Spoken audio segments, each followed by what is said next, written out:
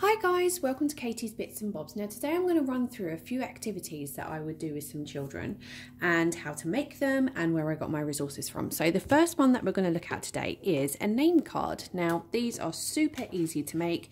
Just got two different colour cards, wrote the child's name on, then I laminated them as you can see so that they last longer. Now a name card is a really good resource to use. The child can take them wherever they need to work. They can have it next to them and it's good for them to be able to practice their name. So what I would do is the child would have their work or their piece of paper here. The name card would be just above it or to the side or wherever they're comfortable to have it. And then they could just practice doing their letters. Now because this is laminated, it's dry wipe. So you could actually get the children first to get a dry wipe pen and then to just copy over the top of it, just so that they're used to writing their name, writing their letters, and then they can transfer it down onto the piece of paper or piece of work that they're using or they're working on.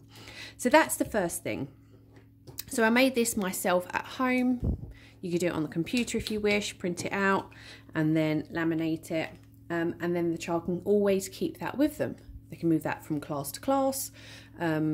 And yeah, so just keep that with them at all times. So that's the first thing that we're going to look at.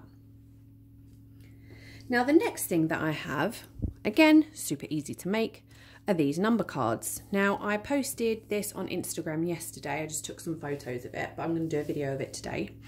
So these number cards, I just cut up some card, wrote the numbers from 1 to 10, and then I laminated them so that they last longer. Now, one of the activities that I would do with the child is if they're starting to get used to numbers and they want to learn them from 1 to 10, then I would get them to order them.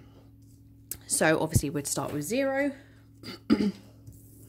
get them to lay it out, then 1, then 2. Also what I had to begin with was I had a number card that already had the numbers on it. So I would lay that in front of the number line.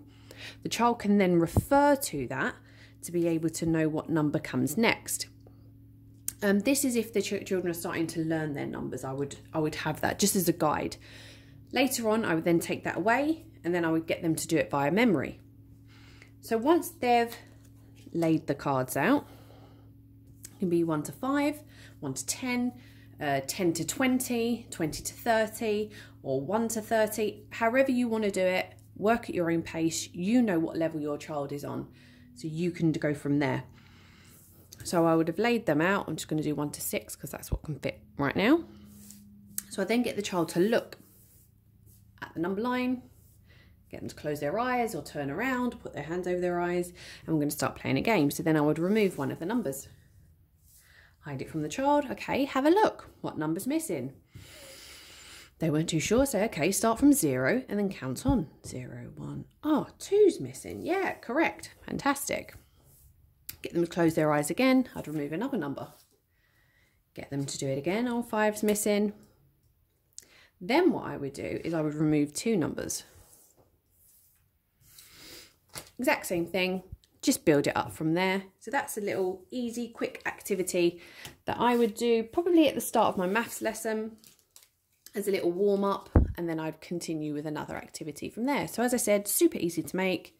If you don't have a laminator, you could tacky back them and that should be fine, just as long as they're durable and they can stay as they are. Now, another activity that I would do is the fishing game. So here it is, here's the fishing game. So what I did is I just drew a simple template of a fish, drew around some coloured card, cut it out and then laminated them. So I have quite a few here. Then what I wanted to do, I wanted a child to work on some action words and to build up on their sentences and their vocabulary. So I made these first. Then I went on to Twinkle and I looked up the action cards that they had, and they have quite a few options on there, which is great. It was free. I downloaded them, printed them off. They actually come in A4 size. So what I needed to do is I needed to shrink them down, put them onto a Word document and then print them out. That's really easy to do. So you have lots of different cards here. So the first one is spinning or dreaming. What's this one? Swinging at the park, writing, talking, reading, running. So there's all different actions there that the child could do. So what I would then do is I've cut these out, as I said, and I've laminated these ones as well. So I would get a fish, get a bit of blue tack. You can also do this with Velcro, which would probably be an even better thing to do. And I would stick them onto my fish so it looked like that. Then I would turn it over and then we'd start to play our game. Now, ideally, this is our fishing game, so you'd want a fishing rod.